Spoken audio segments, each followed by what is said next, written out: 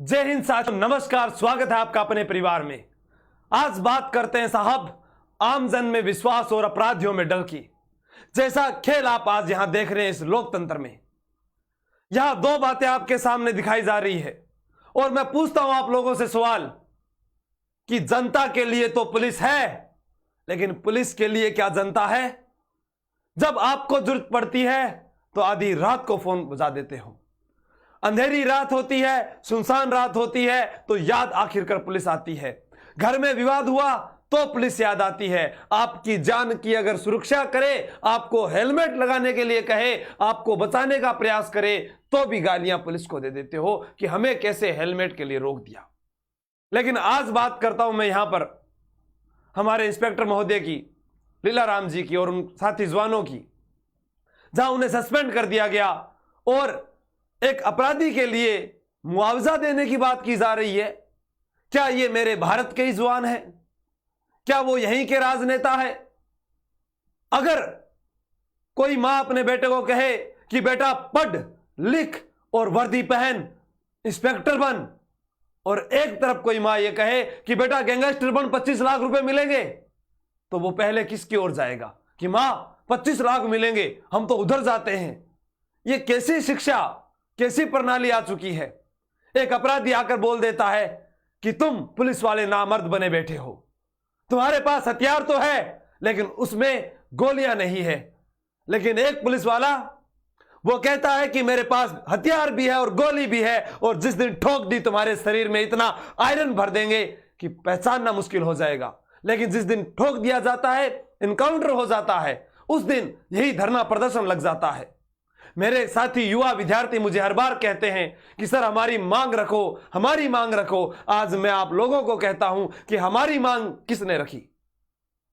यहां यह न्यूज पढ़िएगा कि 7-8 बदमाशों के सामने नहीं टिक सके 4 जवान, पिस्टल बंदूक होने के बाद भी छिपे, 100 मीटर दूर छिपकर देखते रहे जलती गाड़ी। दिन भर पूछताछ के बाद एसपी ने चारों जवानों को सस्पेंड किया। जवानों के पास पिस्टल और बंदूक तो फायर क्यों नहीं किए? जब उनके पास पिस्टल है, बंदूक है, गोलियां हैं, तो फायर क्यों नहीं किए? तो भी सस्पेंड कर दिया गया। और जब एक ईमानदार पुलिसकर्मी ने एक अपराधी के लिए फायर किया और उस पर 302 का मुकदमा लगा दिया गया। आप जांच के लिए सस्पेंड कर दे, मान लिया आपने कर दिया, लेकिन 302 का मुकदमा हमें पढ़ाया जाता है कि अपनी आत्मरक्षा के लिए किया गया प्रहार कभी भी आत्महत्या में नहीं, किसी मर्डर में नहीं आता है। जब हम 302, आज मुझे कोई मारने की कोशिश कर रहा है और मैं अपने आप को बचाने के लिए अगले वाले को मार दूं तो मुझ पर भी 302 का मुकदमा लग जाएगा साहब। ये कैसा न्याय है? कैसी प्रणाली है? पटियां खोलो, न्याय चाहिए, न्याय। अब कोई सामने से आता है और वो गोलियां चला रहा है, हम उनका फूलों की माला लेकर स्वागत करें कि आइए मारिए हमें, हम सिर्फ मरने के लिए आए हैं। हमारे पास जो हथियार है वो दिखाने के लिए है। तीर भी चलाओ और परिंदों को भी बचाओ, ऐसा कैसे होगा? एक पुलिसकर्मी जिसे ना रविवार मिलता है, ना कोई त्योहार का अवकाश मिलता है, वह तनावग्रस्त रहता है, वह अपनी छुट्टियां घर बिता नहीं सकता। और जब ऐसी समस्या आ जाए तो आसपास का माहौल और उसका परिवार कैसे रहेगा, कैसे सोचेगा? कैसे कोई बाप, कोई मां अपने बेटों को कहेगी जा तू पुलिस में भर्ती हो जा? समाज को जागना होगा, आपको सत्य का साथ देना होगा। जब हम भी साथ नहीं देंगे, इल्जाम लगाएंगे, अभी भी देखना आप वीडियो में कमेंट कर देंगे कि नहीं सर ये तो ऐसे है। मैं पूछता हूं राजस्थान की इस धरा से कि जब 5000 कांस्टेबल की भर्ती निकलती है तो फिर 18 लाख युवा फार्म क्यों भरते हैं? जो इस खाकी को गाली देता है वही इसमें भर्ती होने के लिए क्यों आता है? आप लोगों की आत्मा जागती है, आप लोगों का मन करता है कि वर्दी चाहिए, और उसके बाद आप ही उन पर इल्जाम लगा देते हो। जिसका खाओ उसी की बेइज्जती, उसी के ऊपर इल्जाम। जब आप इस फील्ड में आओगे तब पता लगेगा। आपके सामने मुजरिम आ गया कि सर हमें तो गालियां दी जा रही है, हमारे साथ अब शब्दों का प्रयोग किया जा रहा है। आपने कार्य कैसा किया है?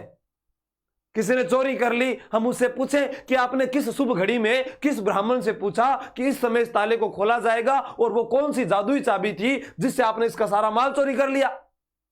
उसको मारे नहीं, किसी ने खून कर दिया, उससे पूछे भाई आपके पास कौन सा धारदार हथियार था?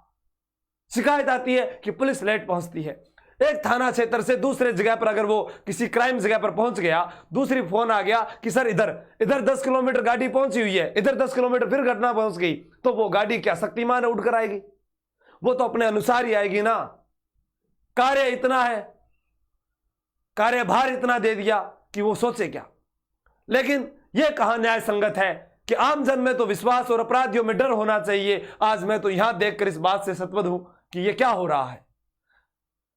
अपराधियों में पीछा करते वक्त गोलियां बरसाई गई तो उनके जवाब में लीलाराम जी ने फायर किया, जिसमें एक गैंगस्टर मौके पर मारा गया। यह गैंगस्टर पुलिस फाइल में वांछित था, मगर अब राजनीति के चक्कर में लीलाराम जी के पीछे एक बड़ा खेल शुरू हो गया। उनकी इस बहादुरी पर उनको इनाम देने की जगह उनको सस्पेंड कर दिया गया। मैं आप सबसे निवेदन करूंगा कि आप सब लोग अपराधियों का साथ न देकर जवान पुलिस अफसर लीलाराम जी का साथ दें। तो मेरे साथ जितने युवा साथी जुड़े हुए हैं वो सभी इस वीडियो को शेयर करें और कमेंट करें और साथ दें, और ट्विटर पर आज आप ट्रेंड करें। आप कोई भी भर्ती होती है, आप मुझे कमेंट करके कहते हैं कि सर आप बोलिएगा, मैं मजबूर हूं, हमें बांधा गया है। इसका नतीजा देख रहे हो ना आप लोग। दोनों बातें हैं आप लोगों के सामने। यहां पर इनकाउंटर में सीआई लीलाराम व 3 कांस्टेबल सस्पेंड, जांच सीआईडी सीबी को सौंपी, विरोध में उतरे लोग बोले, पुलिस का मनोबल गिरा। और यहां एक बार कही जाती है कि जब उनके पास हथियार थे तो चलाए क्यों नहीं? चलाएं तो मरे, नहीं चलाएं तो मरे, तो आखिर जाए कहां? क्या मूक बनकर बैठे रहे? मूक बनकर ही बैठना था। तो फिर ये इस जांच का, इस न्याय संगत का, इस न्याय प्रणाली की आवश्यकता कहां? इन धाराओं की, आईपीसी की, सीआरपीसी की जरूरत क्या है? एक युवा को जब पढ़ाकर यहां से भेजा जाता है, उसमें मनोबल भरा जाता है, वह ट्रेनिंग में आता है, उसे ईमानदारी की बातें सिखाई जाती है।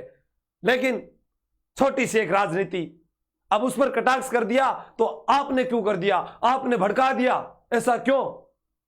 ये मेरे साथी हैं और हर प्रत्येक खाकी वर्दी में मेरे उच्च अधिकारी या मेरे साथी जवान मेरे साथी हैं। जब तक मेरे पास ये खाकी रहेगी, मैं उनके लिए हमेशा आप लोगों को कहता रहूंगा कि आज आप हमारा साथ दीजिए, आप न्याय का साथ दीजिए। आपके साथ अन्याय हुआ है तो आप बताइएगा भी हाँ हमारे साथ ये अन्याय हुआ है।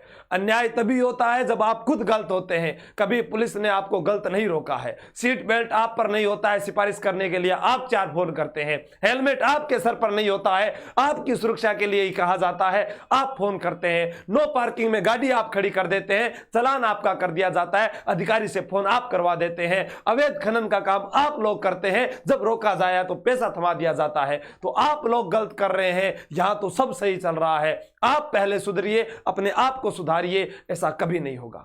लेकिन आज आपको साथ देना पड़ेगा, आज ये बात आपको उठानी पड़ेगी। जिस तरीके से आपने ट्विटर पर ट्रेंड किया, वैसे ही आज आप मनोबल बढ़ाइए इस परिवार का, हमारे इस परिवार का, इस पुलिस का, इस विभाग का, ताकि सत्यमेव जयते। क्योंकि सत्य कभी भी परेशान हो सकता है पर पराजित नहीं हो सकता, ये ध्यान रखना।